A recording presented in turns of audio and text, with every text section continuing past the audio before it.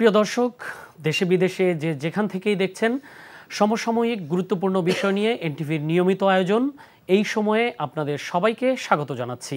সঙ্গে আছি আমি নজরানা চৌধুরী। বগুড়া কারাগার থেকে ফাঁসির 4 আসামির পলায়ন অভিযানে আবার গ্রেপ্তার। খালেদা জিয়ার নিঃশর্ত মুক্তির দাবিতে কর্মসূচি ঘোষণা বিএনপির। রাজনীতিবিদরাও দুর্নীতিতে জড়িত ওবায়দুল কাদের। বিএনপি চেয়ারপারসন বেগম খালেদা জিয়ার নিঃশর্ত মুক্তি দাবিতে আগামী শনিবার রাজধানীতে সমাবেশের ঘোষণা এসছে, সেটি আগেই বলেছি। এর বাইরে খাগড়াছড়ি থেকে সংসদ সদস্য আনোয়ারুল আজিম হত্যা মামলার 2 আসামিকে গ্রেপ্তার করেছে ডিবি পুলিশ। ঝিনাইদহে অভিযান চালিয়েও গ্যাসবাবুর যে মোবাইল উনি বলেছিলেন যে পুকুরে ফেলে দিয়েছেন, সেটি উদ্ধারে অভিযান চালানো হয়েছে ডিবির পক্ষ থেকে, কিন্তু সেটি আজকের মতো ব্যর্থই ছিল, মানে মোবাইল দুটি পাওয়া যায়নি।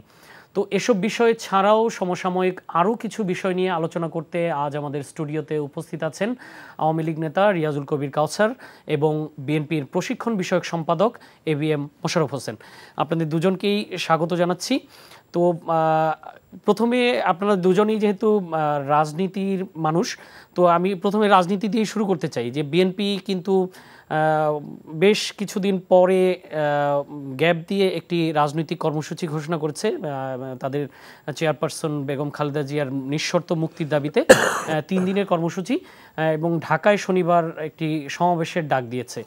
তো আমি মোশাররফ হোসেনের কাছে জানতে চাচ্ছি যে আপনারা তো এতদিন হয়ে গেছে আপনাদের চেয়ারপারসন জেলে আছেন, আপনারা কিন্তু সত্যি কথা বলতে সরকারি দলের পক্ষ থেকেও অনেক সময় বলা হচ্ছিল যে আপনারা কার্যকর কোনো আন্দোলন গড়ে তুলতে পারেননি, এটি কারণে আপনাদের সমালোচনা করা হচ্ছিল সরকারি দলের পক্ষ থেকে বা আওয়ামী লীগের পক্ষ থেকে, এবং এটা নিয়ে আপনাদের নেতাকর্মীদের মনেও ক্ষোভ আছে যে আপনারা আসলে পারেননি সেরকম করে আন্দোলন গড়ে তুলতে, বিশেষ করে বেগম খালেদা জিয়ার মুক্তির দাবিতে আন্দোলন গড়ে তুলতে। তো আপনি এই কর্মসূচির প্রেক্ষিতে কি বলবেন যে এই যে সমালোচনাটা এবং নতুন কর্মসূচি? ধন্যবাদ আপনাকে, ধন্যবাদ আমার সহ-আলোচক এবিএম রিয়াজুল কবির কাউসার এবং এনটিভির দর্শক শ্রোতা যারা আমাদেরকে দেখছেন, সবাইকে আমি শুভেচ্ছা জানাচ্ছি।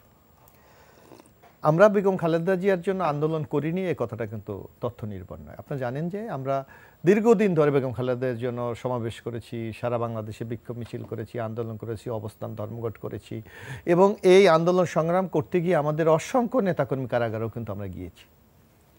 কিন্তু আপনাকে একটা জিনিস লক্ষ্য করতে হবে, বেগম খালেদা জিয়াকে আজকে সম্পূর্ণ রাজনৈতিক কারণে, অর্থাৎ আওয়ামী লীগের ক্ষমতার মূল প্রতিদ্বন্দ্বী বেগম খালেদা জিয়া, সুতরাং তাকে কারাগারে রাখতে হবে। এখানে আইন বলেন, কানুন বলেন, নিয়ম বলেন, কোনো কিছুর তোয়াক্কা আওয়ামী লীগ কিন্তু করছে না। না, সেটা নয়, বুঝলাম যে তোয়াক্কা করছে না, কিন্তু সেটি যদি হয় তাহলে তো আপনাদের সেই হিসেবেই আন্দোলনটা করা উচিত। আপনি একটা কথা আওয়ামী লীগের পক্ষ থেকে বলা হচ্ছে আমরা আন্দোলন করতে পারি নাই। আমরা যদি আওয়ামী লীগ আন্দোলন না করে থাকি, এই আমাদের বিরুদ্ধে প্রায় 1,10,000 মামলা কিভাবে হলো? মামলা তো বিভিন্ন সময় বিভিন্নভাবে হয়েছে। আন্দোলন, আমরা যেই আন্দোলনটা আপনি বলেন না কেন, আমরা ভোটের অধিকার, খালেদা জিয়ার মুক্তি ও ভোটের অধিকার প্রতিষ্ঠা, খালেদা জিয়ার মুক্তি ও দুর্মূল্যের ঊর্ধ্বগতি রোধ, খালেদা জিয়ার মুক্তি, গণতন্ত্র ফিরিয়ে আনা, প্রত্যেকটি দাবির সাথে বেগম খালেদা জিয়াকে রেখে কিন্তু আমরা আন্দোলন কর্মসূচি দিয়েছি। যার জন্য কিন্তু দেখবেন আওয়ামী লীগের পক্ষ থেকে আরেকটা কথা আমাদেরকে বলা হয় যে আপনারা তো নেত্রীর মুক্তি ছাড়া কোনো আন্দোলন করেন নাই, আর এখন বলে আমরা নাকি খালেদা জিয়ার জন্য কিছু করিনি। অর্থাৎ আওয়ামী লীগ রাষ্ট্র ক্ষমতাটাকে এমনভাবে ব্যবহার করেছে যে যার কারণে তারা আইন বলেন, নিয়ম বলেন, আদালত বলেন, সব কিছুতে নিজেদের মতো ব্যবহার করেছে। এখন আমি একটু বলি, সাম্প্রতিককালে আপনি দেখেন বেগম খালেদা জিয়াকে কী করা হয়েছে, আমরা আদালতে এর জন্য আপিল করা হয়েছে। আপনি জীবনে কোনোদিন শুনেছেন যে নিম্ন আদালতের কোনো রায় যদি হয়, যখন সেই রায় বিবেচনার জন্য উচ্চ আদালতে যায়, সেখানে সব আপনি এমন কোনো এক্সেপশনাল কোনো উদাহরণ দেখাতে পারবেন না যে মামলার রায় বৃদ্ধি পায়, একমাত্র এক্সেপ্ট খালেদা জিয়া। তার নিম্ন আদালতে 5 বছর দিয়েছে, এটাকে উচ্চ আদালতে এসে এটাকে 10 বছর করে দিয়েছে। অর্থাৎ রাজনৈতিক প্রতিহিংসা এক। আরেকটা, তারপর আপনি দেখবেন বলছে যে খালেদা জিয়া আজকে কেন বাইরে আছে, উনি কারাগারে, বাসায় তো আছেন, মানে নির্বাহী ক্ষমতার আদেশ। তো নির্বাহী আদেশ বলে এখানে অ্যাডভোকেট সাহেব এখানে আছেন, কায়সার ভাই, আপনি যদি 401 যান, 1, 2, 3, 4, 5, 6 পর্যন্ত ধারা আছে। আপনি এখন কি বলেছেন যে খালেদা জিয়া বাসা থাকতে পারবে এবং চিকিৎসা নিতে পারবে, উনি বিদেশে যেতে পারবেন। কেন আপনি যদি এই এখানে সংযুক্ত করে দেন খালেদা জিয়া বিদেশে চিকিৎসা নিতে পারবে, সমস্যাটা কোথায়? আপনি যদি এই ধারা অব্যাহত করেন যে আপিল নিষ্পত্তি না হওয়া পর্যন্ত খালেদা জিয়া জামিনে থাকবে, সংকটটা কোথায়? অর্থাৎ আওয়ামী লীগ দেখাতে চায় বেগম খালেদা জিয়াকে শাস্তি না, মানে মৃত্যু নিশ্চিত না করা পর্যন্ত ওনারা ক্ষান্ত হবেন। আর আরেকটি কথা আপনার এই প্রশ্নের উত্তরে আমি বলছি যে আপনি দেখেন আমাদের এখনও অসংখ্য নেতাকর্মী কারাগারের আছে, যে 1,10,000 আমাদের বিরুদ্ধে মামলা, আসামির সংখ্যা প্রায় 45 লক্ষ। বিশ্বের ইতিহাসে এমন কোনো রাজনৈতিক দল আছে বা তবে কোন দেশ আছে যে একটা রাজনৈতিক দলের বিরুদ্ধে 1,10,000 মামলা দেয়? শুধু তাই না, আপনি দেখবেন মামলাগুলোর ধরন দেখলাম আপনি বুঝবেন। আমাদের লোক মারা গেছে, সেই লোক আসে আজগবি গায়েবি, এই মামলা জীবনে শুনেছেন কোনো? আপনি তো দীর্ঘদিন গণমাধ্যমে আছেন। এই যে রিয়াজুল কবির কায়সার ভাই হয়তো রাজনীতির কারণে বলবে না, আমরা কি দেখি একটা জায়গায় ঘটনা ঘটে যে আগেই একটা তালিকা করা থাকে, সেটাকে সংযুক্ত করে দেওয়া হয়, আসামি করা দেন। আমি আপনাকে দু একটা উদাহরণ দিলে আপনি বুঝবেন। 2016 সালে লালবাগে কমিশনার ছিলেন আজিজ সাহেব, আব্দুল আজিজ, উনি 2016 মারা গেছে। 2018-তে হাতির পোলে পুলিশের গাড়িতে বোম মারার মামলা করা হয়েছে, সে মামলা উনি আসামি। আমাদের নেতা হাবিব নইসল কারাগারে, ঢাকাতে হরতালে মামলা হয়েছে, হাবিব নইসল আসামি। আমাদের নেতা আমির খসরু স্থায়ী আমেরিকাতে মামলা হয়েছে, উনি। এ ধরনের অসংখ্য মামলা আপনি দেখবেন, মারা গেছে, যে হজে আছে, মক্কা শরীফে আছে, ওমরা করতে গেছে, সকল আসামি। অর্থাৎ রাজনৈতিক প্রতিপক্ষ বিএনপিকে নিচ্ছিন্ন করে দেওয়ার জন্য যত কৌশল দরকার আওয়ামী লীগ সবগুলো কিন্তু অবলম্বন করছে না। কিন্তু কথা হচ্ছিল যে আপনাদের চেয়ারপারসনের মুক্তির দাবিতে যে আন্দোলন, সেই কর্মসূচি নিয়ে সেইটি কার্যকর আন্দোলন করতে পারবেন কিনা আপনারা, অতীতে যেটা পারেন। এখন আমি একটা কথা বলি যে একটা আন্দোলন, একটা দাবি যখন উত্থাপিত হয়, আপনি আজকে কি খালেদা জিয়াকে আমরা তো বলি না যে খালেদা জিয়াকে আপনারা মানে এই মামলা থেকে অব্যাহতি দেন, আমরা বলছি তাকে জামিন চাচ্ছি আমরা, কারণ আপনি এরপর আপিল বিভাগ আছে। এখনো তো আমাদের বেগম খালেদা এবং আওয়ামী লীগ একটা কথা বলে Khaleda Zia convicted, no, Khaleda Zia convicted না, তাকে নিম্ন আদালত তাকে কনভিকশন করে দিয়েছে, আমরা তার উপরে উচ্চ আদালতে সেটা আপিল করা আছে, সে আপিল শুনানি হচ্ছে না। আচ্ছা, আপিলে তো বেগম খালেদা জিয়া খালাস হয়ে যেতে পারে নিঃশর্ত। তো খালাস যদি পায়, আজকে দীর্ঘদিন এই দিনগুলি যে তার জীবন থেকে আজকে চলে যাচ্ছে, এর দায়িত্ব কে নেবে? অর্থাৎ খালেদা জিয়া, আরেকটি ব্যাপার আপনি দেখেন যে বাংলাদেশের ইতিহাসে, আমি একেবারে ইতিহাস বলছি, বাংলাদেশের স্বাধীনতার পরে 53 বছরে কোনো আসামি যদি মহিলা হয়, তার বয়স যদি 70 বছর হয়, উনি যদি পালিয়ে যাওয়ার কোনো সম্ভাবনা না থাকে, এইরকম কোনো আসামির জামিন হয় নাই এক্সেপ্ট বেগম খালেদা জিয়া, এছাড়া সকলের জামিন হয়েছে।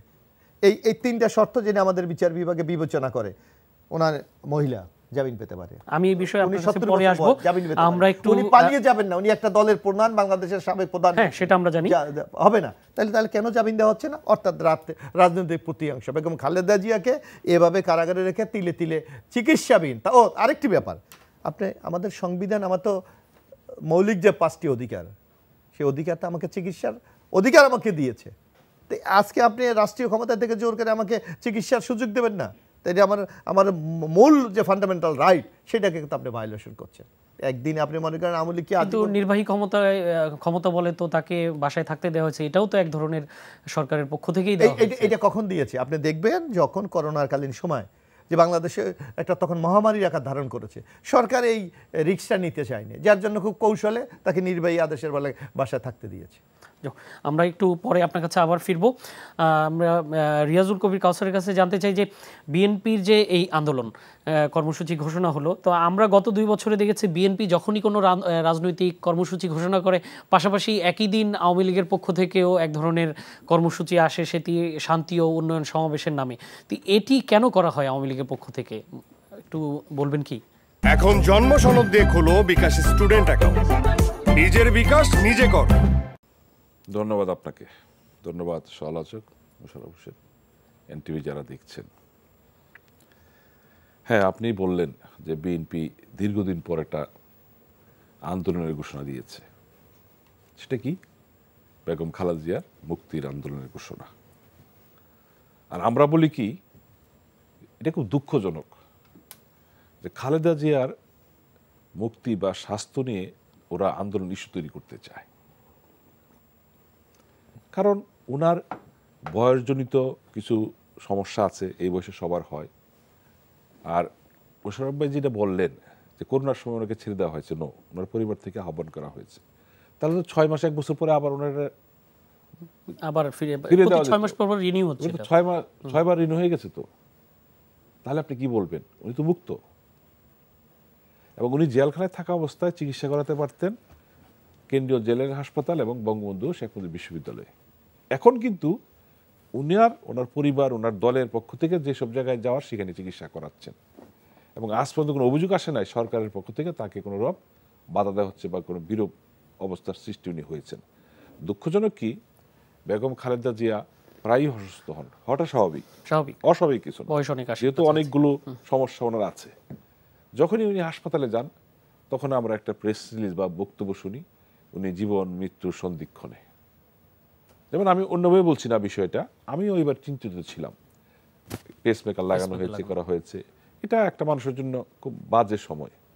কিন্তু যখন দেখলাম যে ওনাকে ওয়ার্ডে স্থানান্তর করা হয়েছে তখন আমি কিন্তু বলছি না, একটু বেটার হলেই তো ওনাকে কেবিনে নেওয়া হয়, হয়তো কালকে বাসায় চলে যেতে পারেন। তারপর দেখলাম এই ঘোষণাটা দিয়েছে। দেখুন, আপনার মনে আছে কি না, বেগম খালেদা জিয়ার মামলাটা রাজনীতিক না তথ্যভিত্তিক এটা একটা বিষয়। মামলাটা তো অনেক পুরনো, 10 বছর উনি অ্যাটেন্ড করেন নাই। 2 বছর বিএনপির সকল সিনিয়র নেতা, সিনিয়র আইনজীবীরা কিন্তু মামলাটা কন্টেস্ট করেছেন। ওই ওল্ড টাউনের আদালতে যখনই একটা সিদ্ধান্ত হয়েছে ওনারা আবার হাইকোর্টে এসেছেন, হাইকোর্ট সেটাকে ওয়েট করেছে, আবার শুরু হয়েছে, আবার এইভাবে কিন্তু দীর্ঘদিন চলেছে।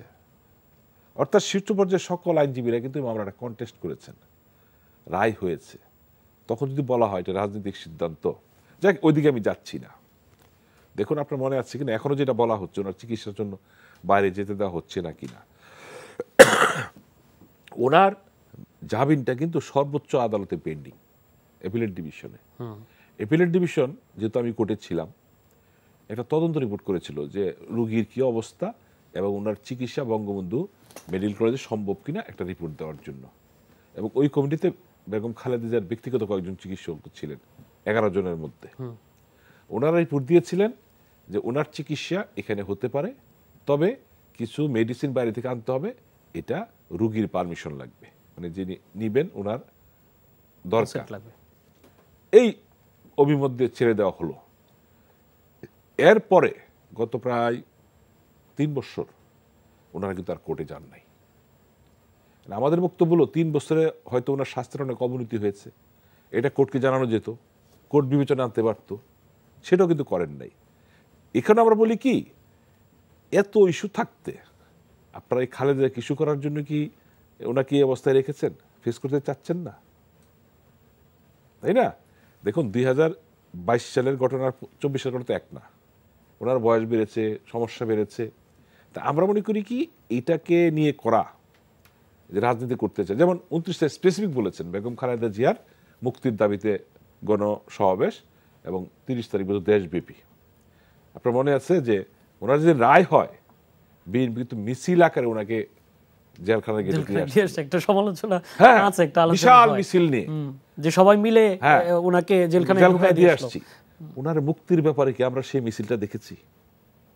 আজকে তো বললেন যে সরকার করোনায়, হয়তো খালেদার একটা দৃঢ় বিশ্বাস ছিল যে হাজার হাজার লোক আমাকে জেলখানায় দিয়ে গেছে, তারা আমাকে আন্দোলন করে বের করে ফেলবে, বিষয় স্বাভাবিক না, উনি তো বুঝতে পেরেছিলেন না। কিন্তু উনি তো আবার ওই দিন শান্ত থাকার সবই দিয়েছিলেন, কিন্তু এত লোক দেখে তো ওনার তো আশান্বিত ব্যাপার ছিল যে আমাকে ওরা বের করে নিয়ে আসবে। উনি দেখলেন বিএনপি ওনাকে বের করতে পারবেন না, উনি কি করলেন, পারিবারিকভাবে সরকারের দ্বারস্থ হলেন এবং সরকার সেটা আমলে নিলেন, মানে প্রধানমন্ত্রী মানবিক কারণে তাকে দিলেন।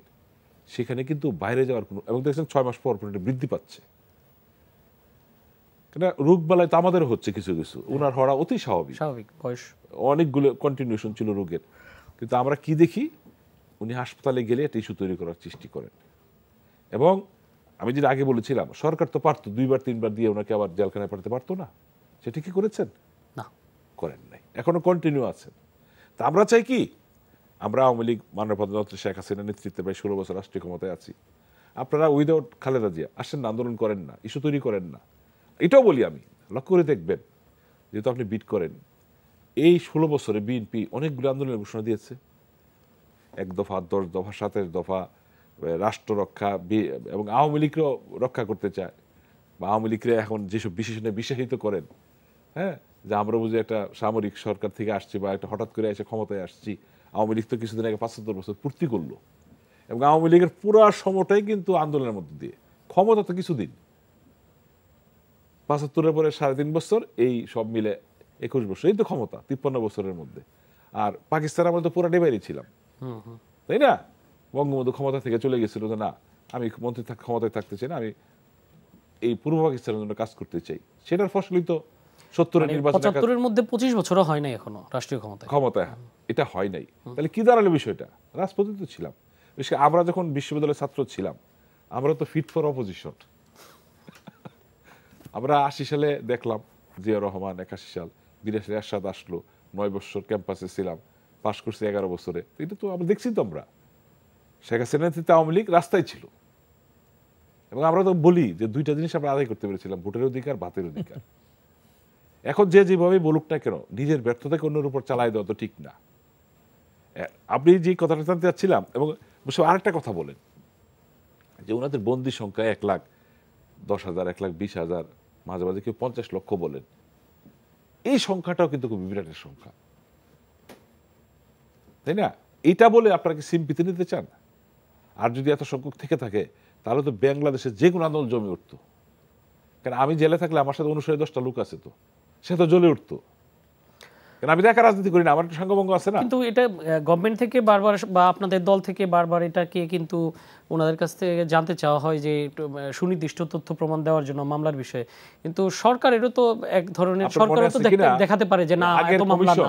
আগের কমিশন 18 সালের নির্বাচনের আগে সিইসি মহোদয় বিএনপিকে বললো, আপনাদের কতজন আছে একটা তালিকা দেন, আমরা আইন শৃঙ্খলা বলবো যে নির্বাচনের আগে এদেরকে ডিস্টার্ব করা যাবে না। সেখানে কিন্তু এই 3,318টা মামলার কথা বলা হয়েছিল, এবং 13,000 আসামির কথা বলা হয়েছিল।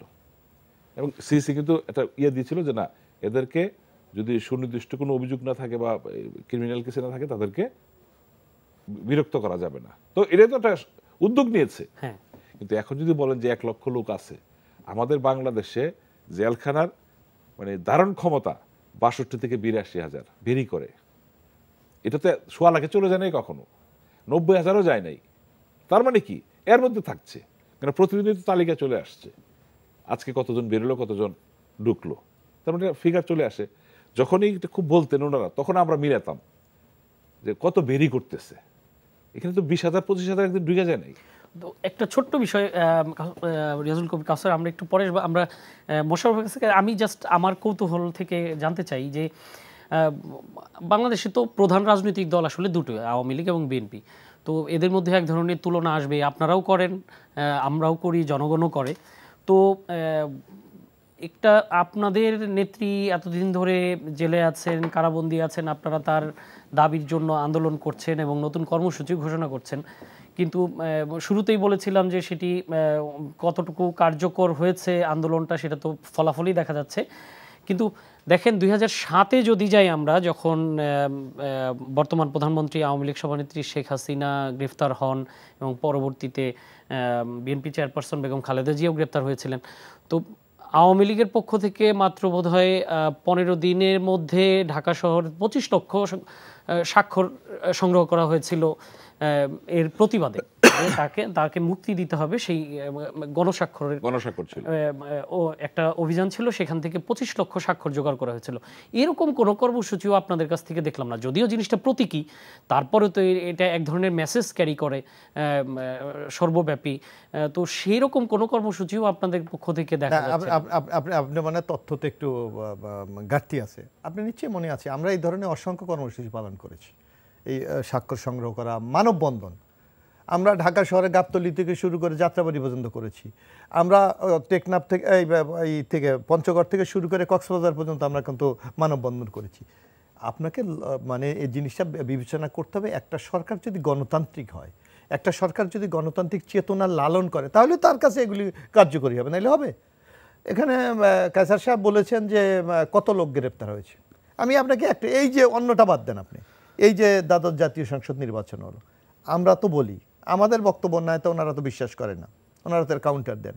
এই যে ওনাদের প্রেসিডিয়াম সদস্য আব্দুর রাজ্জাক সাহেব কি বলেছেন, যে 30,000 লোককে আমরা এক রাতে ছেড়ে দিতে চেয়েছিলাম, ইলেকশনে আসেন, বলেছিলেন না? তো ওনাদের মন্ত্রীর বক্তব্য যে 30 লক্ষ লোকের অনেক গ্রেফতার করেছে একটা ইলেকশনকে কেন্দ্র করে, ওনাদের ভাষা যেটা স্বীকার করেছে। আর আমাদের ভাষায় তো এই সংখ্যা আরও অসংখ্য বেশি। তা আপনি যদি 30,000ও আমরা ধরি, 30,000 লোককে গ্রেফতার করাটা নির্বাচন উপলক্ষে, এটাকে আপনি খুব স্বাভাবিক ঘটনা বলেন? অন্যটা বাদ দেন, আমি নিজে যে কয়েকবার গ্রেপ্তার হয়েছি, আপনার নিশ্চয় মনে আছে এই যে 29শে ডিসেম্বর পার্টির অফিস বিএনপি ঘেরাও করে 1482 জনকে তো একদিনই গ্রেপ্তার করেছে আমাদের পার্টির অফিস থেকে। তারপর ঢাকা সারা বাংলাদেশ থেকে যদি ওই সংখ্যা আপনি হিসাব করেন, ওই সংখ্যা তো কয়েক হাজার চলে যাবে। এমন কোনো জায়গা নাই আপনি পত্রপত্রিকা যদি দেখেন যে এটা 1971 সাল নাকি, মানুষ বিলে ঘুমাচ্ছে, নৌকায় ঘুমাচ্ছে, ট্রলারে ঘুমাচ্ছে, পালিয়ে বেড়াচ্ছে, এগুলো এইসব খবর তো গণমাধ্যমে আমরা দেখেছি। যে এই যে বিভৎসতা, এখানে গণতন্ত্র লেশমাত্র কোথাও আপনি লক্ষ্য করেন? আওয়ামী লীগের কাছে মূল লক্ষ্য হলো তারা ক্ষমতায় থাকা, এবং এই আপনি যদি বলেন তাহলে আপনারা কি করেছেন? এখন একটা রাষ্ট্রীয় যন্ত্র, রাষ্ট্রীয় সন্ত্রাসের কাছে সম্ভব? এই যে আজকে বেনজিররা কি করে, বেনজিরদের কেন জন্ম হয়েছে? কারণ এই বেনজিররাই তো আওয়ামী লীগের ক্ষমতার পাহারাদার ছিলেন। আপনার নিশ্চয় মনে আছে, এখানে রিয়াজুল কাশা সাহেব বলেছেন তাদের নেত্রী একসময় আমরা যখন ইউনিভার্সিটি পড়তাম বলছে, আমি মানুষের ভোট এবং ভাতের অধিকার প্রতিষ্ঠার জন্য রাজনীতি করি। আমরাও কিন্তু অনুপ্রাণিত হয়েছিলাম, বিশ্বাস করেছিলাম। সেই নেত্রীর আমলে আজ বাংলাদেশে ভোটের অধিকার নাই। এর চেয়ে দুঃখজনক ঘটনা কি হবেন? আর ভাতের অধিকার, আপনি বাংলাদেশে মানুষের কি অবস্থা? আওয়ামী লীগের লোকেরা 13-14 বছর ক্ষমতায় আছে, লুটপাট করে তাদের ভাগ্য পরিবর্তন হয়েছে, এটা তাদের চোখে সারা বাংলাদেশকে তারা দেখে, মনে করে সবার অবস্থাপনা এই অবস্থা হচ্ছে। আমি রিয়াজুল করিম কায়সাল বা আপনিও অনেক সময় ক্যাম্পাস রাজনীতি দেখেছেন, আমরা যারা ছাত্র রাজনীতি করেছি, আমাদেরকে কেউ যদি একবেলা সর্বোচ্চ ভালো কোনো হোটেলে খাওয়াতেন, এইটা আমাদের কাছে বড় প্রাপ্য ছিল। আমরা এর চেয়ে খুশি আর কিছু হতাম না। অথবা কখনো যদি আমাদেরকে একটা শার্ট বা পাঞ্জাবি দিত, এইটা আমাদের কাছে সবচেয়ে বড় মুখ। আপনি কি কোনোদিন শুনেছেন যে একটা জেলা ছাত্রলীগের সভাপতি শামীম ফরিদপুরের 2000 কোটি টাকা পাচার করেছে, তার জন্য এই সরকারি তারা মামলা করতে বাধ্য হয়েছে? একটা জেলা ছাত্রলীগের সভাপতি যদি 2000 কোটি টাকা পাচার করে, তাহলে জেলার সভাপতি কি করেছে? ওই সিটের এমপি কি করেছে? মন্ত্রীরা কি করেছে? আর সরকারের উচ্চ পদস্থরা কি করেছে? যার জন্য আপনি দেখেন, আমরা দেখে নিয়েছিলাম এই যে বেনজির সাহেবরা কিছু আওয়ামী লীগ কি চোখে দেখেনি? আওয়ামী লীগ অন্ধ? আমরা এই বিষয়ে আসবো আমরা ছোট্ট একটা, আজকে বেনজির সাহেবের মতো লোকেরা 7টা পাসপোর্ট করেছে সরকার নিরুত্ত। বেনজির সাহেবরা ইমিগ্রেশন দিয়ে বাইরে চলে যায়, স্বরাষ্ট্র মন্ত্রণালয় ব্যর্থ। এইভাবে এই সন্ত্রাসীদেরকে, এইভাবে অস্ত্রধারীকে তারা লালন পালন করে বিরোধী দলকে দমন করে আজকে ক্ষমতায় আছে। এবিএম মোশাররফ হোসেন একটি কথা তুলেছিলেন দুর্নীতি বিষয়, তো সেটি নিয়ে আমরা একটু দেখেছি এখন গত কিছুদিনে বেশ কিছু কিন্তু কিছু খবর গণমাধ্যমে চাউর হচ্ছে। যেমন আপনি বললেন যে সাবেক আইজিপি বেনজিরের বিষয়টি, এবং রিসেন্টলি এনবিআর এর এক সদস্যর বিষয়ে এরকম হয়েছে। তো আপনার কি মনে হয় যে, আপনি নিজেই বললেন যে ছাত্রলীগের নেতার বিরুদ্ধে গভর্নমেন্ট ব্যবস্থা নিয়েছে, এরকম গত কিন্তু এই সরকার আমলে বেশ কিছু আমরা উদ্যোগ দেখেছি যে হয়তো মামলা টামলা হয়েছে, অ্যারেস্ট হয়েছে, কিন্তু শেষ পর্যন্ত বিচার হয়েছে কিনা সেই জায়গাটায় একটা ডাউট থেকেই যায়। কিন্তু এই যে এত বড় বড় ফিগার, এদের বিরুদ্ধে যে এক ধরনের যে অভিযোগগুলা বা তারা যা করেছেন সেটি যে ডিসক্লোজ হচ্ছে এবং দুদকে মামলা যাচ্ছে, সেটিও কি এক ধরনের ইতিবাচক পদক্ষেপ কি আমরা বলতে পারি? না এটি আসলে লোক দেখানো? আমি একটু নাজরানা চৌধুরী, আমি আপনাকে বলি, সরকার যদি নিজেদের উদ্যোগে কোনো ব্যবস্থা গ্রহণ করতেন, আমরা অবশ্যই স্বাগত জানাতাম। কিন্তু আপনি যে এই ঘটনাগুলি আপনি যেটা বললেন, বেনজির সাহেব, এই যে মতিউর রহমান, অথবা ওই যে ছাত্রলীগের অথবা যুবলীগের সম্রাট, এরকম যে ঘটনাগুলি, একটা কি সরকার স্বপ্রণোদিত হয়ে কোনো ব্যবস্থা গ্রহণ করেছে? এর যদি কাউকে আপনি ক্রেডিট দিতে যান, এটা গোস টু সংবাদপত্র, গণমাধ্যম, তাদেরকে আপনাকে দিতে হবে। তারা যখন ঘটনাটাকে উদ্ঘাটন করেছে, সরকার বাধ্য হয়ে ভূমিকা গ্রহণ করেছে। তারপরও আমরা সরকারের নানা নির্লিপ্ততা আমরা দেখতে পাচ্ছি। এই যে যদি আপনার গণমাধ্যম যখন এই বেনজির সাহেবের ঘটনা উদ্ঘাটন করলেন, আমরা সরকারের পক্ষ থেকে কী বললাম? কারণ সরকারের প্রতিষ্ঠানগুলিকে দুর্বল করে দেওয়ার কোনো মাধ্যম ষড়যন্ত্র করছেন। হ্যাঁ, সরকার যদি স্বতঃস্ফূর্তভাবে বেনজির সাহেবের বিদেশ যাওয়া বন্ধ করে দিতেন তার, এবং আপনি দেখেন গণমাধ্যমে আমরা দেখেছি বিদেশ যাওয়ার আগে এসে তার বিভিন্ন অ্যাকাউন্ট থেকে 80 কোটি টাকা তুলেছে। সরকারকে এটা সহযোগিতা, আপনাকে এটা সহযোগিতা বলবেন না দুর্নীতির বিরুদ্ধে সরকারের কোনো পদক্ষেপ বলবেন? আমাদের আপত্তিটা কিন্তু এখানে। এই যে মতিউর রহমান, এখন আমরা নাম শুনি এনবিআরের, ওনাকে সদস্য কি বানিয়েছে এনবিআরের? এই গভর্নমেন্ট। ওনাকে শুধু তাই না, ওনাকে আর রেওয়ার্ড হিসেবে সোনালী ব্যাংকের উনি পরিচালক সরকার নিযুক্ত করেছে। কিন্তু এরকম শোনা যাচ্ছে যে ওনার সাবেক বস তিনি বই লিখেছেন, সেখানে বলেছেন যে বিএনপির আমলের অর্থমন্ত্রী সাইফুর রহমানের সাথেও ওনার সখ্যতা ছিল। ওকে, আমি আপনাকে মেনে নিতাম, আমরা তো গভর্নমেন্টের চাকরি করেছেন। এখন যারা সরকারের আওয়ামী লীগের সবচেয়ে কি পয়েন্টে আছে, এই বেনজির সাহেব বিএনপির আমলে এসপি ছিলেন না? ছিলেন, ঢাকায় পোস্টেড ছিলেন। ডিউটি করে না? না, আমি বলি ছিল না। না, আমি একটু বলি না, যে কোনো যা করতে পারে সে, তার বিরুদ্ধে কি তখন কোনো অভিযোগ উত্থাপিত হয়েছে? আপনাকে বিচার করতে হবে সেইটা। আপনাকে আমি একটা কথা বলি, ওই যে জামাতের একজন সচিব ছিল, ওনার নাম, উনি কিন্তু এরশাদের সাহেবের সাথেও সচিব ছিলেন, বেগম খালেদা জিয়ার আমলে ছিলেন, শেখ হাসিনার আমলে ছিলেন। সুলাইমান সাহেব? না, ওনার নাম হলো, আরে ওই যে ইসলামী ব্যাংকেরই ছিল, যাক ওনার নাম। উনি জামাতের রোকনও কিন্তু ছিলেন, কিন্তু তার বিরুদ্ধে তো সে জামাত করতো, সবাই জানতো, তাকে তো সব গভর্নমেন্টের সচিব ছিল, তার বিরুদ্ধে তো একটা অভিযোগ উত্থাপিত হয়নি। এখন জন্ম সনদ দিয়ে খোলো বিকাশ স্টুডেন্ট অ্যাকাউন্ট, নিজের বিকাশ নিজে কর। এখন বেনজির সাহেব বিএনপির আমলে যখন ছিল, বিএনপি সাহেব তখন কি উনি প্রফেশনাল ছিলেন না দৈত্য হয়েছেন? এটাকে আপনাকে দেখতে হবে। এই মতিউর রহমান বিএনপির আমলে চাকরি তো অবশ্যই করেছে, কারণ তার বিসিএস অফিসার। শুধু তাই না, আপনাকে আরেকটা উদাহরণ আমি দিই। এখন এই আওয়ামী লীগ প্রায় একটা বলে যে আমরা নাকি নগ্ন দলীয়করণ করেছি বিএনপি। এখন যারা আওয়ামী লীগের আমলে কি পয়েন্টে আছে প্রশাসনের, এদের চাকরি কোন আমলে হয়েছে? আপনি একটু হিসাব করে দেখেন। এই যে গভর্নমেন্টের এখন যারা গুরুত্বপূর্ণ জায়গায় আছে, সব বিএনপির আমলে চাকরি হয়েছে 91-এর গভর্নমেন্টের পর। তাইলে তখন বিএনপি কি তখন দেখেছে যে কে বিএনপি করে, কে আওয়ামী লীগ করে, যে জাতীয় পার্টি করে? অর্থাৎ বিএনপি প্রফেশনালি গভর্নমেন্ট চালিয়েছে। আর আওয়ামী লীগ এখন দেখবেন একটা প্রতিযোগিতামূলক পরীক্ষায় কোনো পরীক্ষার্থী উত্তীর্ণ হয়, গভর্নমেন্ট ভেরিফিকেশনের নামে 22টি পয়েন্ট যদি আপনি পূর্ণ করতে পারেন শর্ত, তাইলে আপনাকে চাকরি হবে। নাইলে আপনার বলবে আপনার জামাত শিবির করেন, নাইলে বলবে আপনি বিএনপি করেন, নাইলে বলবেন আপনার 14 গোষ্ঠী এই কাজে ছিল। অর্থাৎ আপনি প্রশাসনকে এমন নগ্ন দলীয়করণ করেছেন যে এখানে মেধার কোনো মূল্যায়ন নেই। যার কারণে এই বেনজিররা বলেন, এই মতিউর রহমানরা বলেন, এই আব্দুল আজিজরা বলেন। এখন আপনাকে আমি একটা কথা বলি, সরকার এখন আপনি যে কথাটা বলছেন, সরকারকে আমি অবশ্যই বাহবা দিতাম যদি সরকার সম্পূর্ণ দিতে হবে। এই যে আপনি দেখেন 7টা পাসপোর্ট করেছে, সরকার কি জানে না? Home minister. আমরা তো এখন আপনি আর আমি কোথাও যাই, এই যে ফিঙ্গার ছাড়া কোনো কিছু হয় না। বেনজির সাহেব কীভাবে নিলেন 7টা পাসপোর্ট? যদি সরকারের পৃষ্ঠপোষকতা না থাকে, সরকারের যদি হাসূচক সম্মতি না থাকে, কিভাবে সম্ভব? অন্যটা বাদ দেন, এই বেনজির সাহেবের বিরুদ্ধে যখন অভিযোগ উত্থাপিত হলো না, তার অ্যাকাউন্ট সিজ করা হলো, তার সম্পত্তি, তখন তো ইমিগ্রেশন দিয়ে সে কিভাবে চলে যায়? না, তার আগে গেছে। না, পরে 4 তারিখ গেছে, আর ঘোষণার আগে গেছে, 4 তারিখ গেছে। আমি তো বলি, আমি কনফার্ম হয়ে আপনাকে বলছি 4 তারিখ। হোম মিনিস্টারকে গণমাধ্যম জিজ্ঞেস করলেন যে উনি কিভাবে ইমিগ্রেশন পার হলেন, বলছে আমি জানি না। তাহলে ইমিগ্রেশন কি অন্য কেউ চালায়? দেখে হোম মিনিস্টারের বাইরে। অর্থাৎ সরকারের পৃষ্ঠপোষকতায় এই ধরনের দৈত্যরা জন্ম হয়েছে, যার মাসুলদারদের দিচ্ছি আমরা বাংলাদেশ। ওকে, মোশাররফ হোসেন, আপনার কাছে আবার আসবো। আমরা রিয়াজুল কবির কাউসারের কাছে জানতে চাই যে আমাদের আওয়ামী লীগের সাধারণ সম্পাদক, তিনি আজকে একটি সরকারি প্রোগ্রামে গিয়েছিলেন, সেখানে গিয়ে তিনি বলেছেন যে শুধুমাত্র দুর্নীতি বিষয়ে আমলাদেরকে দোষারোপ না করে রাজনীতিবিদদেরও আয়নায় নিজের চেহারা দেখার আহ্বান জানিয়েছেন।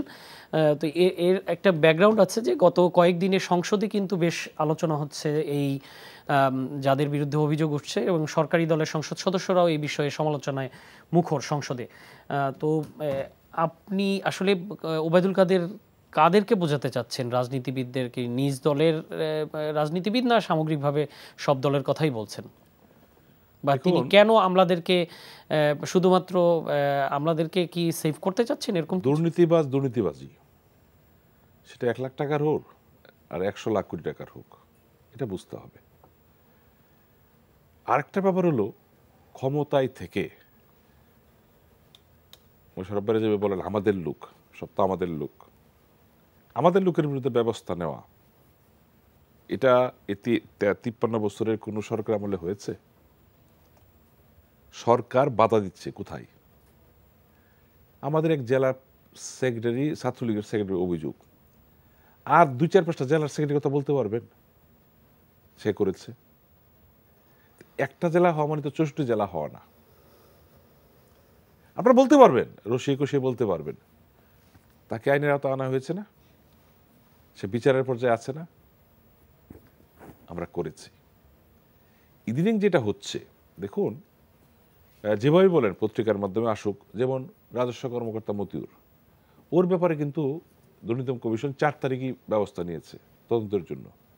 12 তারিখ বা 13 তারিখ বোধ আসছে তার ছেলের একটা ছাগল কাণ্ড, তারপর আস্তে আস্তে সব চলে আসলো। তার কি ওই 12 তারিখ আসার পর দুদক ব্যবস্থা নিয়েছে? নো, এর আগেই ব্যবস্থা নিয়েছে। দেখুন, এখানে আইনগত কিছু ব্যাপার আছে। যেমন আমি যতটুকু জানি, সাবেক আইজিপি, ওনার বাইরে যাওয়ার সময় নিষেধাজ্ঞা ছিল না, সে যেতেই পারে। এটা তো কালার দেওয়ার কোনো দরকার নেই, দেখতে হবে। যেমন সর্বশেষ জেনেছি যে সে দুদকের ইয়েতে সাড়া দেয় নাই, হাজিরা দেয়নি। এখন দুদক তদন্ত শেষ করে আনবে, মামলা করবে। যদি উনি মামলায় অ্যাটেন্ড না করে এক পেশে রায় হবে, তার মানে ওনার বিরুদ্ধে অভিযোগ সবগুলো সঠিক বলে ধরে নেওয়া হবে। তার বিরুদ্ধে যাচ্ছে, সে যেখানে যেভাবে থাকুক এই অপবাদ তাকে নিতে হবে। কিন্তু সরকার কোনো পর্যায়ে, কোনো দিকে, কোনো সময় কোথাও বাধা হয়ে দাঁড়িয়েছে কি?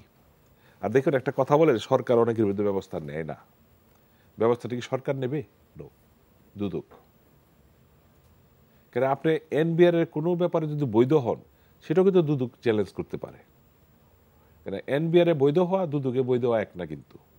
না, মানে এনবিআর এর দৃষ্টিতে আপনি যেটা বৈধ মনে করছেন, দুদকের দৃষ্টিতে বৈধ নাও হতে পারে। তো বুঝতে হবে এটা। বাট সরকার দুদকের, বরঞ্চ দুদককে এখন একটা প্রতিষ্ঠান হিসেবে শক্তিশালী, দুদকের আগে অনেক দুর্নাম ছিল, সেটাকে শক্তিশালী করার জন্য অনেক ব্যবস্থা নিয়েছেন। সবচেয়ে বড় কথা, একটা প্রতিষ্ঠানের জন্য ফাইন্যান্সিয়াল সাপোর্ট হলো বড় জিনিস। তার লোকবল, তার অস্ত্র, এটা সেটা, বা পর্যাপ্ত কর্মকর্তা দেওয়া, এটা কিন্তু দিয়েছে। একদিকে নির্বাচন কমিশন, একদিকে দুদক, এগুলি কিন্তু শক্তিশালী করার ব্যবস্থা করা হয়েছে, আধুনিক করার ব্যবস্থা আনা হয়েছে। দেখেন, চট করে সব পেয়ে যায়, কারণ এমআইএস সিস্টেম আছে, টিপ দিলে সব বেরিয়ে আসে। তার নামে কটা দলিল আছে, তার পরিবারের নামে কটা দলিল আছে। আমরা তো এই জিনিসটা করতে পেরেছি। হয়তো একসময় ভিকটিম আমাদের দলের অনেকে হবে, বাট করেছি তো। সরকার থেকে বাধা দেওয়া হচ্ছে না। এখন যদি একটা রাজনৈতিক ব্যাপার বলি, আমরা দীর্ঘদিন আন্দোলন অনুসরণ করেছিলাম, বিশেষ করে এরশাদ স্বৈরাচারকে হটানোর ব্যাপারে কিন্তু আমরা সব দল এক ছিলাম। এবং আমাদের কাঙ্ক্ষিত একটা বিষয় ছিল যে 91-এর নির্বাচনে আমরা আওয়ামী লীগ রাষ্ট্রীয় ক্ষমতায় আসবো। আমরা আসি নাই, কিন্তু আমাদের একটা কমিটমেন্ট ছিল যে আমরা সংসদীয় সরকারে যাব। আমরা কিন্তু বিরোধী দল, কিন্তু আমরা কিন্তু পাশ করিয়েছি। হ্যাঁ, কারণ তখন তো রাষ্ট্রপতি সরকার ছিল। এটা আমাদের একটা কমিটমেন্ট ছিল। ঠিক একইভাবে মনে আছে 96-এর 15ই ফেব্রুয়ারিতে নির্বাচন হয়েছিল।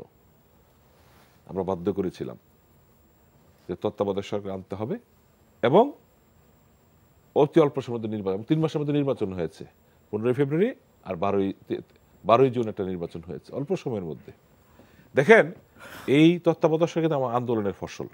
অবশ্য বলবো বিএনপি সরকার এটা পার্লামেন্ট পাশ করিয়েছে, মেজরিটি ছিল। আমরা 2001 সালে ক্ষমতা ছেড়ে দিলাম কেয়ারটেকারের কাছে। 2001 সালের 1 অক্টোবরের নির্বাচনে বিএনপি ক্ষমতায় আসলো।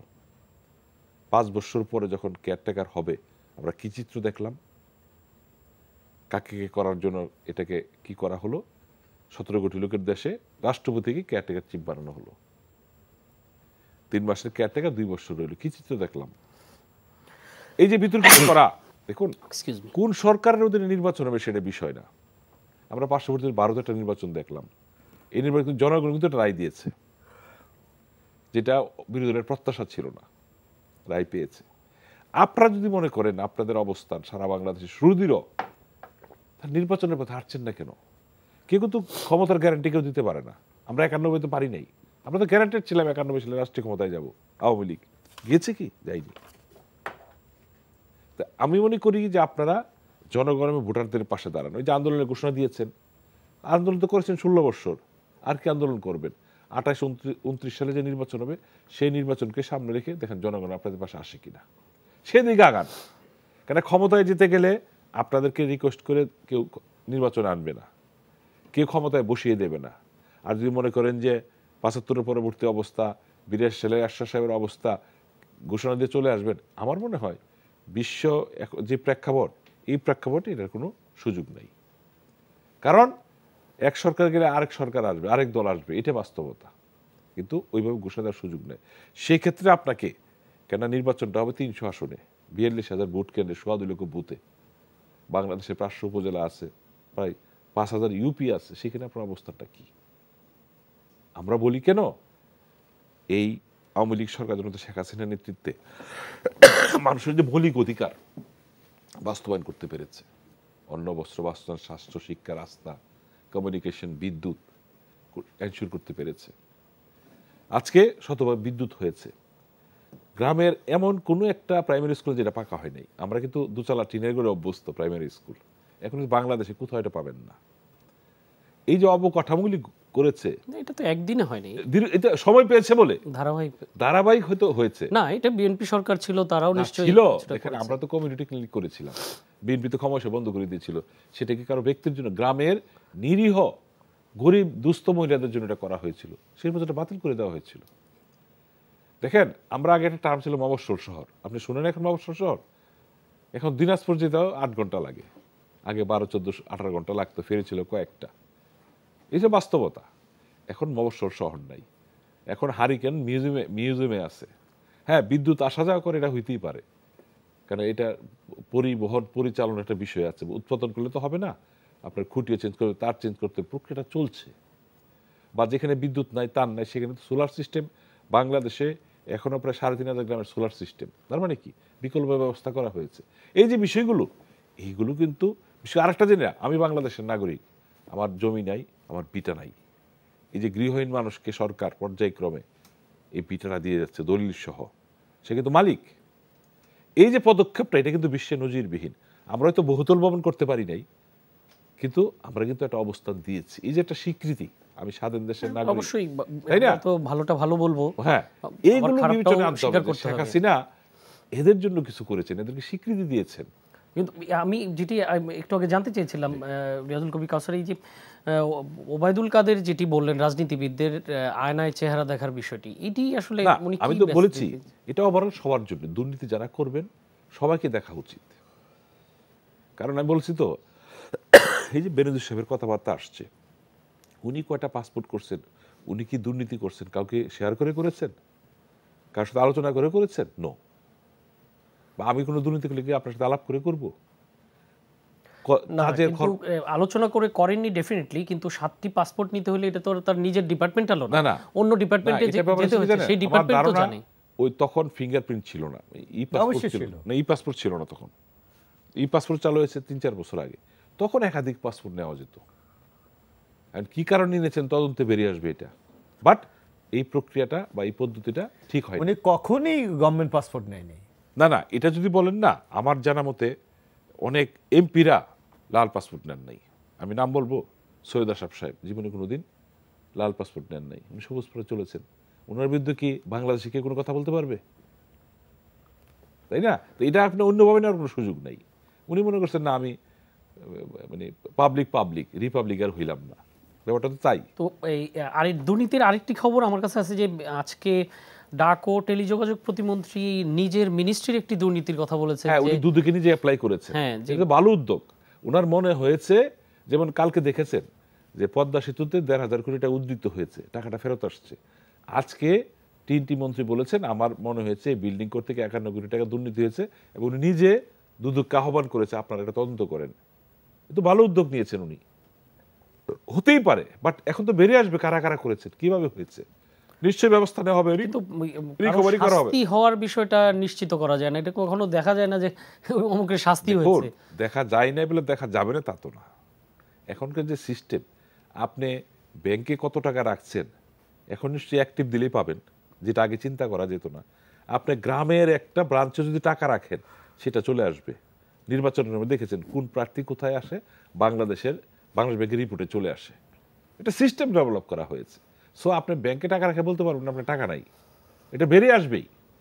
যে এই সিস্টেম কিন্তু ডেভেলপ করা হয়েছে। আপনার মনে আছে 96 যখন আওয়ামী লীগ সরকার ক্ষমতায় আসে, তখন ফোন একটা বিশাল ব্যাপার, মোবাইল ছিল না, টিনটিতে প্রচুর দুর্নীতির কথা শোনা হতো। যখন 97 ডিজিটাল সিস্টেমে চলে গেল, তখন কিন্তু লাইনম্যানরা দুর্নীতি করতে পারতো না।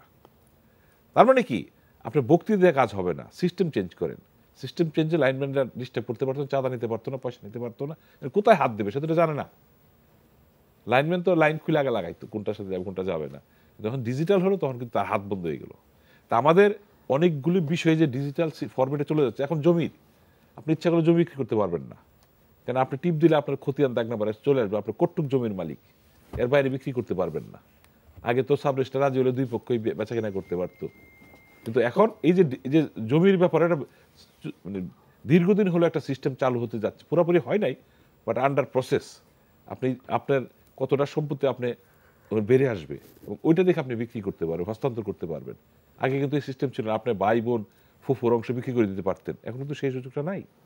আরেকটা বিষয় আমরা একটু জানতে চাই রিয়াজুল কবির কাছে, আপনার কাছ থেকেই জানতে চাই যে একটি আলোচিত বিষয় যে ঝিনাইদহের সংসদ সদস্য আনোয়ারুল আজিম হত্যা মামলার যে বিষয়টা, এই বিষয়টা আজকেও 2 জন গ্রেপ্তার হয়েছে খাগড়াছড়ি থেকে, এবং আওয়ামী লীগের জেলার যে নেতা কামাল সাহেব, ওনার কিন্তু গ্রেপ্তার করা হয়েছে আগেই, উনি 164ও করেছেন ম্যাজিস্ট্রেটের কাছে।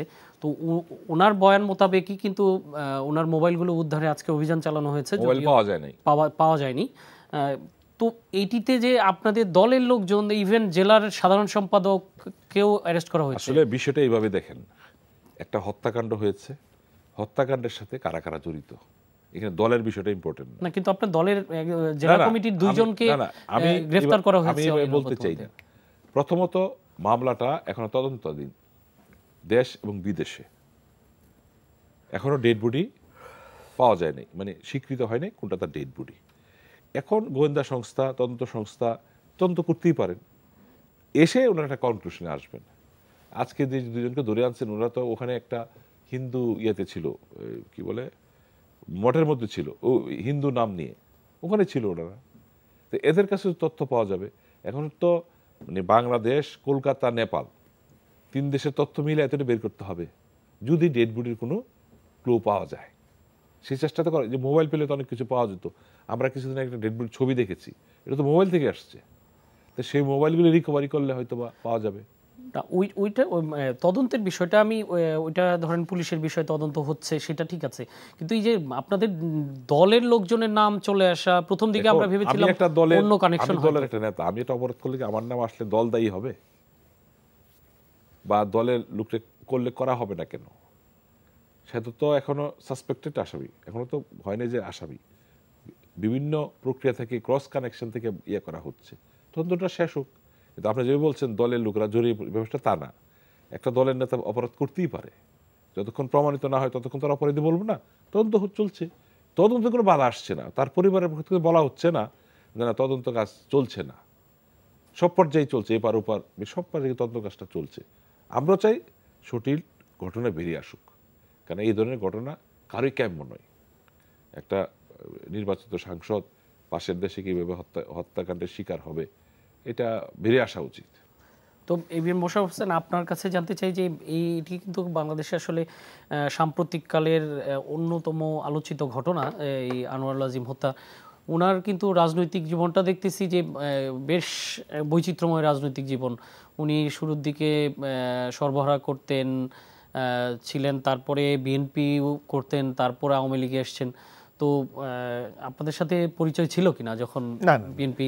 এখানে একটি এখন আসলে কিছু কিছু জিনিসে অনেক সময় রং লাগানো হয়।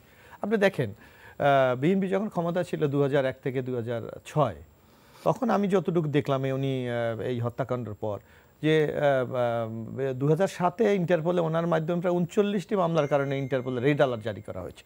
তো বিএনপির আমলে যদি উনি বিএনপি করতেন তাহলে ওনার বিরুদ্ধে মামলা হওয়ার তো কথা না, কারণ সরকারি দল আমাদের দেশে যে সুবিধাটা পায়। আমাদের আওয়ামী লীগের মামলা হচ্ছে না, না হয় নাই তার বিরুদ্ধে কোনো বরং আমরা যে জিনিসটি লক্ষ্য করি যে আওয়ামী লীগের মতো একটি বড় প্রাচীন রাজনৈতিক দল এবং বাংলাদেশে বড়, আমরা অস্বীকার করি না, কিন্তু সেই দল যার বিরুদ্ধে 39টি মামলা, যার বিরুদ্ধে ইন্টারনেটের রেড অ্যালার্ট, এবং এখন আমরা শুনতে পাচ্ছি মানে সীমান্ত ব্যবসা, চোরাচালান, গোল্ড ব্যবসা, ব্যবসা, নানা ব্যবসার সাথে উনি জড়িত। আওয়ামী লীগের মতো একটা লোক এত দেউলিয়া হয়ে গেছে একটি দল, যে এই ধরনের বিশেষণে যারা বসিত তাদেরকে দিয়ে নমিনেশনে এমপি বানিয়ে আনতে হয়। এইটাও কিন্তু আমাদের একটা বিবেচ্য বিষয় হবে। এই অভিযোগ আসলে শুধুমাত্র এক দলকে করলে হবে না, আপনাদের বিরুদ্ধে বলেন, আমাদের বলেন। ঠিক আছে, অনেক সময় আসে সব দলের না আমি বলছি ইন্টারনাল রেড অ্যালার্ট আছে, এরকম বিএনপি একজন এমপি, বিএনপির একজন এমপি করেছে, মন্ত্রী করেছে, দেখান একজন লোকের নাম। শুধু আপনি ঢালাওভাবে সমান্তরাল করার জন্য বললে তো হবে না, যে তুলনা করার জন্য তো হবে না। আনাররা তো আগে থেকেই তারা ইন্টারনেটের রেড অ্যালার্টের আসামি, তাদেরকে আপনি কেন এনে এমপি করতে হবে? এবং আপনি যদি দেখেন যে 91, 96, 2001 ওই অঞ্চলগুলো দেখেন আপনি, এই ঝিনাইদহ যে অঞ্চলের উনি এমপি হয়েছেন সব সিট বিএনপির ছিল। অর্থাৎ 2011-তে ফখরুদ্দিন মঈনুদ্দিন আওয়ামী লীগের যে আন্দোলনের ফসল, তখন কি করলো বাংলাদেশে আপনি দেখবেন সিটগুলি মারাত্মক রিঅ্যারেঞ্জমেন্ট করলেন, ভেঙে চুরে চুরমার করে দিলেন। ফখরুদ্দিন মঈনুদ্দিনের মাধ্যমে 2008-এ ক্ষমতায় আসলেন, ডিলিমিটেশন করা হয় না। হ্যাঁ, এমন একটা পরিস্থিতি আপনি তৈরি করলেন করে যে আপনাকে সিটগুলি দখল করতে হবে। বাংলাদেশে বিএনপির মতো আওয়ামী লীগও স্বীকার করে, কিন্তু ডিলিমিটেশন তো আইনের ভিত্তিতেই করা হয়েছে। আইনের মধ্যে এখন তখন তো একটা প্ল্যানের মধ্যে করা হয়েছে। আপনি দেখেন 2008-এ ভেঙে চুরে চুরমার করে দেওয়া হয়েছে, যে আপনার যেটা বাংলাদেশের স্বাধীনতার পর থেকে যেই সিটগুলি ছিল 2008-এ দেখেন মিনিমাম 50% সিটকে আপনি ভেঙে চুরমার করে দিয়েছেন, দিয়ে আওয়ামী লীগকে কীভাবে ক্ষমতায় আনা যায় সেই প্রস্তুতি সকল অত্যন্ত সুরাজভাবে সম্পন্ন করা হয়েছে, যার প্রোডাক্ট হলো এই আনাররা, যার মাসুল দিচ্ছে আজকে বাংলাদেশ। আমরা বলছি একজন এমপি হত্যাকাণ্ড, একজন এমপি কেন আজকে চোরাচালানের জন্য হত্যাকাণ্ডের শিকার হবে? এমপি কেন আজকে গোল্ড স্মাগলিংয়ের জন্য হত্যাকাণ্ডের শিকার হবে? একটা এমপি কেন? এবং ওখানে আপনি দেখেন প্রায় বলা হচ্ছে যে সীমান্তে 1000 কোটি টাকার বাণিজ্য। এগুলি কি সরকার জানে না? সরকারের গোয়েন্দা সংস্থাগুলি জানে না? অর্থাৎ যে কথাটা আমি ওই আপনার আলোচনার শুরুতেই বলেছি, যে সরকারের পৃষ্ঠপোষকতা না পেলে এই যে বেনজির বলেন, আজিজ বলেন, মতিউর বলেন, এই আনার বলেন, এগুলি সৃষ্টি হওয়া কোনোভাবেই সম্ভব না। তো এই বিষয়ে আপনাদের রাজনৈতিক সিদ্ধান্ত ছাড়া তো এগুলো চেঞ্জ করা সম্ভব না। এর জন্য আপনি রাজনৈতিক সিদ্ধান্ত কখন আপনি বাস্তবায়ন করতে পারবেন? যখন দেশে সুশাসন থাকবে, যখন আপনার জবাবদিহিতা থাকবে, যখন জনগণের এই যে ম্যান্ডেটের মূল্যায়ন হবে। এখন তো আর মূল্যায়ন নাই, এখন জনগণের তো ভোট লাগে না, এমপি হইতে ভোট লাগে না, উপজেলা চেয়ারম্যান বোর্ড হইতে ভোট লাগে না, ইউনিয়ন পরিষদের চেয়ারম্যান হতে পারে, নৌকা পাইলেই হইল। কিন্তু বড় রাজনৈতিক সিদ্ধান্ত নিতে হলে তো আসলে বড় রাজনৈতিক দলগুলোর কিছু কিছু বিষয়ে একমত হইতে হবে। আপনারা তো আসলে আওয়ামী লীগ, বিএনপি কোনো দুই দল কোনো কিছুতেই একমত হতে পারেন না। একমত আপনি কি বাংলাদেশে একমত ছিল না? এই যে রিয়াজুল কবির কাছের বক্তব্য আপনি লক্ষ্য করলেন, মানে তত্ত্বাবধায়ক তার আন্দোলন করেছে। বিএনপি তো তখন উনি বলেছে বিএনপি পাশ করিয়েছে। বিএনপি কেন পাশ করেছে? যখন দেখছে বাংলাদেশের অধিকাংশ রাজনৈতিক দল, বাংলাদেশের মানুষ এই পদ্ধতিটাকে সমর্থন করে, বিএনপি 15 দিনের সংসদে পাশ করে কিন্তু সে গিয়ে বিরোধী দলে দাঁড়িয়েছে। তো এখন আপনার গণগণের পালসটা তো আপনাকে বুঝতে হবে। আওয়ামী লীগের মাঠে রাজনৈতিক দল কি বোঝার মতো এই সক্ষমতা নাই যে বাংলাদেশের মানুষ ভোট দিতে যাচ্ছে না, অর্থাৎ সরকারকে প্রত্যাখ্যান করছে? আওয়ামী লীগ কি বুঝতে পারছে না বাংলাদেশের মানুষ এখন মাইকিং করেও তাদেরকে ভোট কেন্দ্রে আনা যাচ্ছে না? আওয়ামী লীগ কি বুঝতে পারছে না যে তাদের নিজেদের ঐতিহ্যবাহী মার্কা নৌকাকে বিসর্জন দিয়ে এখন স্বতন্ত্র ইলেকশন করতে হচ্ছে? এগুলি যদি আপনি অনুধাবন না করতে পারেন, আপনাকে তো জোর করে বোঝানো যাবে না। রাজনীতিতে অনেকটা জনগণের পালস বোঝা, যে বুঝতে পারবে সেই হলো মূল রাজনীতি। অবশ্যই আমরা আশা করব যে যারাই জনগণকে নিয়ে রাজনীতি করবেন তারাই জনগণের পালস বুঝবেন, সেটি সবার জন্যই প্রযোজ্য, সবার কাছেই সেই আহ্বান থাকবে। তো আমরা আপনাদেরকে ধন্যবাদ জানাচ্ছি। আমরা আজকে শেষ করতে চাই, আজ এখানেই শেষ করছি। আমাদের এই অনুষ্ঠানটি পুনরায় দেখতে ভিজিট করুন এনটিভির অনলাইন www.ntvbd.com-এ। সবাই ভালো থাকবেন। ধন্যবাদ সবাইকে। শুভরাত্রি।